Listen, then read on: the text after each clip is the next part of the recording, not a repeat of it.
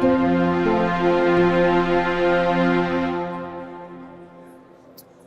this is Stephen Lautens with InvestorNews, and today I am talking to Dr. Roman Stiftner, who's come to us from Austria, and we're going to learn a little bit more about the EU and its involvement in the mining business today. So, Dr. Stiftner, thank you very much for joining me.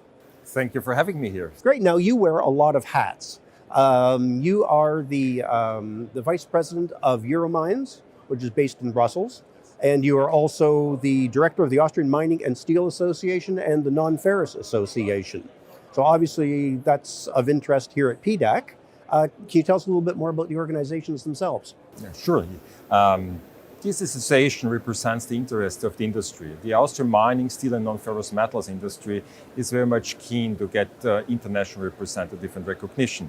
But we are trying to organize this industry to get a common voice, to get it more visible. Coming from a small country, it's sometimes important to collect a bit more the strengths of a common voice and be vocal in this way. And Euromines is the umbrella association for all the member states in the European Union, and is collecting all the voices of the industry, the mining and metals industry and refining industry on the European level. And that is what Euromines is. Having a voice to the European Commission, meaning to the European government, to the European Parliament, and to the European public. And that's how it works, that we try a bit to explain that mining is a prerequisite to get our continent and even our planet carbon neutral. Now, Canada has traditionally looked south. Well, within Canada, Canada has a lot of mineral riches, but we look south to the rest of North America, South America, and Australia. But Europe is now becoming much more part of the consciousness of the mining industry through the entire supply chain, not just here in Canada in the financial sectors, but in the United States as well.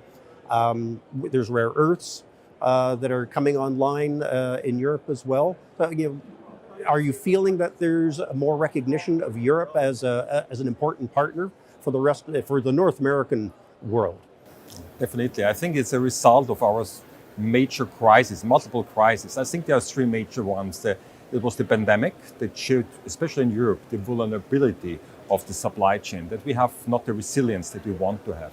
Second, the Russian war against Ukraine, I think it also makes us clear the geopolitical situation is coming back, and geopolitical is something that has, of course, an influence to the mining and materials sector. And thirdly, I think it's clear that we have to do something against the climate change. We have to fight it.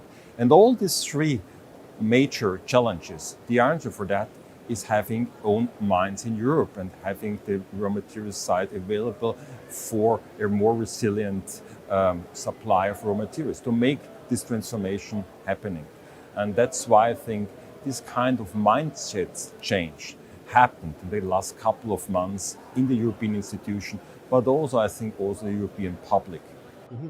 And Europe has been at the forefront of the electric car revolution, green tech, green energy, and the carbon, moving to a carbon neutral economy as well.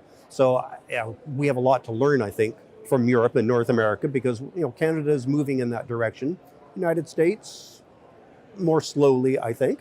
But I think that expertise is more and more in demand in North America, because, like I say, we have a lot to learn from Europe because you're so far ahead of us in these things. I think we have to join the forces. It's very important that we share our common values. I think these so-called ESG credentials are very important to share. I think the consumer in the Western world wants to know where the material is coming from, and he will have a good feeling when he's buying or she's buying a product. Yeah? And in the end, to have this kind of definitely defined minimum standards worldwide is a prerequisite. And I think this is a bit that distinguishes the Western world to the other regions. They might not have this kind of attention to these criteria. And this is something that we can really maybe have a better cooperation and more intensive cooperation. And to make it clear, in Europe, there are definitely some raw materials available. So there are some mines that we can even do bigger or open it. but we are not self-sufficient, so we need strategic partnerships. And that's why we are here also in PDAC, that's why we are here in Canada, because it's a country that can deliver a lot of these raw materials for the sake of a good, let's say, development of the common economic situation in both countries and regions. Now, I know Austria has lithium deposits, copper, but like you say, some of these are very ancient mines in there, and there's challenges in doing that, both environmental and in finding finances and all the rest. Is PDAC important? An important thing, or how is your message being received at PDAC? Let me ask it that way. I think I got a lot of positive response as I announced that we are having deposit for lithium, and we are. It's a long way to go, but in the moment we already granted all the exploration permits, and we are, let's say, also very much on the end for the permitting process to come really to operation. So our plan is here to come in the next 2 years to 2026 in operation. It will be the first new mining site in lithium available in Europe, supplying directly the e-mobility sector. And I think this is something that we can really see that if we want to do something, it's possible, and we have the mines. We have just to take the courage also to make it happen, and to have this common understanding that mining is not a problem, it's the answer to all these issues, especially to the climate change problem that we have to solve. So that's a great message, and I think there's a lot of uptake on that here. I think people are starting to realize that, not just government to government level, but the people who raise the money to invest in projects are starting to look for safe, reliable jurisdictions that are interested in building the new economy and finding the raw materials. And I hope you're finding lots of success here. Yeah, you said for the investor, it's important to have a clear, I would say, long-term strategy and a jurisdiction that is really reliable. I think this is something that we now established with the so-called Critical Raw Materials Act. I think it was a good piece of legislation that the European Commission was more or less now elaborating, and it's in the last phase of adoption.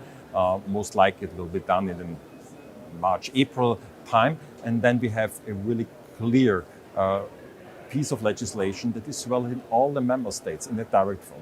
So the investors can be sure that we have a clear timing for granting permissions, and also to make to keep the risks in investing in a mine very, very little. So de-risking, I think, is something that we have really to keep in mind, and we think did it so far. Well, I've certainly noticed a lot more awareness of the EU at this PDAC more than previous PDACs because of, like you say, the world crises that we're going through. And so the attention is shifting to stable, reliable partners who we may have ignored a little bit in the past, but it's nice to see that the EU is being top of mind again. So thank you very much for coming, and I really appreciate your taking time. Thank you, Stephen. Thank you. It was a pleasure. Enjoy the rest of PDAC. Much fun. Thank you so much.